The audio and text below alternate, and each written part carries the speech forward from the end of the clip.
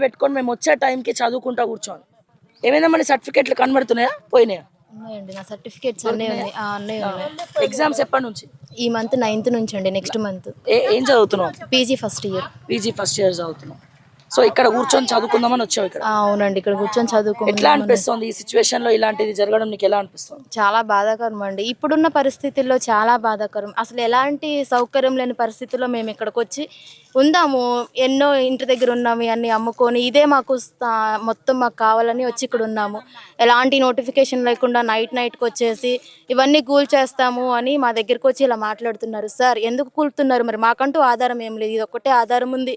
Next మాకేమైనా సహాయం చేస్తారంటే ఇదంతా మాకు తెలియదమ్మా. కేవలం అధికారులు అడగండి, పోలీసులు వాళ్ళు, ఎంఆర్ఓ వాళ్ళు మాకు ఇలా రిటర్న్ అంటే వాళ్ళే కదా అధికారులు, అంటే వాళ్ళ ద్వారా పంపించిన వాళ్ళని, ఇక్కడ గూల్పేసిన వాళ్ళని, పోలీసులు వాళ్ళందరినీ అడిగితే మాకు తెలియదు, మాకు చెప్పింది వాళ్ళు చెప్పింది మాత్రమే మేము చేస్తున్నామని తిరిగి మాకు సమాధానం చెప్తున్నారు. మరి నెక్స్ట్ మాకేమన్నా షెల్టర్ కానీ ఏమన్నా ఇస్తారంటే అదంతా మాకు తెలియదమ్మా అని ముఖం మీదే మాకు చెప్పేస్తున్నారు సార్. ముఖ్యమంత్రి రేవంత్ రెడ్డి గారు నిన్నేదో గంటల పాటు ఈ ఎడ్యుకేషన్ గురించి, ఎడ్యుకేషన్ సిస్టమ్ గురించి మీరు విపరీతంగా మీటింగ్లు పెట్టారు కదా, గిదా మీ పంచాయతీ. ఓ పక్క ఫుడ్ పాయిజన్లు అయితే ఉన్నాయి, ఇగో చీకట్లో ఆల్రెడీ ఇక్కడ వీళ్ళకి ఎవరికి కరెంట్ లేదు, వాళ్ళు ఏదో ఇంట్లో దీపాలు పెట్టుకొని చదువుకుంటున్నారు. కలెక్టరేట్ పక్కన ఎగ్జామ్స్ ఉన్నాయి. ఈ టైంలో విచ్చలవిడిగా నీ మంత్రి పొంగులేటి శ్రీనివాస్ రెడ్డి భూములు పక్కనే ఉన్నాయి. ఇందాక చూపించిన మళ్ళా రివర్స్ లో పోయి చూసుకోను కంటెంట్.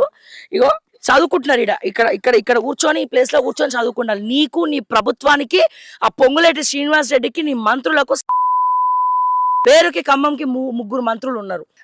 ఎగ్జామ్స్ కి చదువుకుంటున్నారు. ఇందాక అమ్మాయి ఎంత అద్భుతంగా మాట్లాడుతుంది. నువ్వు ఎప్పుడన్నా మాట్లాడినావా రేవంత్ రెడ్డి అంత అద్భుతంగా? ఒక పేద వర్గం నుండి ఇక్కడ ఉన్నటువంటి ఈ అమ్మాయి అంత అద్భుతంగా, అంత ఆవేశంగా, అంత ఆలోచనగా మేము మీకు లేదు సిస్టమేటిక్ గా, మేము సిస్టమ్ తోటి వెళ్తాము, సిస్టమ్ తో నడుస్తాము అని చెప్పి అంత అద్భుతంగా మాట్లాడుతుంది ఆ అమ్మాయి. 9th క్లాస్ నుంచి ఇక్కడే ఉందంట. అట్లీస్ట్ నువ్వేమన్నావయ్యా నిన్న?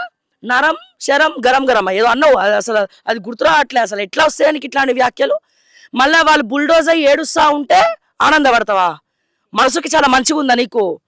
అదేదో అంటాం కదా సైకోయిజం అని చెప్పి మంచిగా ఉందంటావా? ఇది నీ నీ నీ అధికారం, నీ అధికారుల యొక్క పెత్తనము, నీ పెత్తందారుల యొక్క పాలన. ఇది ప్రజాపాలన కాదు, ప్రజల శవాల మీద చేసేటువంటి పాలన, అడ్డమైన పాలన. ఇక ఇంతకన్నా ఎవరు మాట్లాడతారేమో తెలియదు, కానీ దీని వెనకాల ఇక్కడికి వచ్చిన తర్వాత నాకు అర్థమైంది బరాబర్ దీంట్లో రెవెన్యూ శాఖ మంత్రి పొంగులేటి శ్రీనివాస్ రెడ్డి అతనిగో ఇక్కడ ఈ భూములన్నీ ఆయనవే. ఈ భూముల రేట్లు పెంచుకోవడం కోసం అమరావతి హైవే, వరంగల్ హైవే కోసము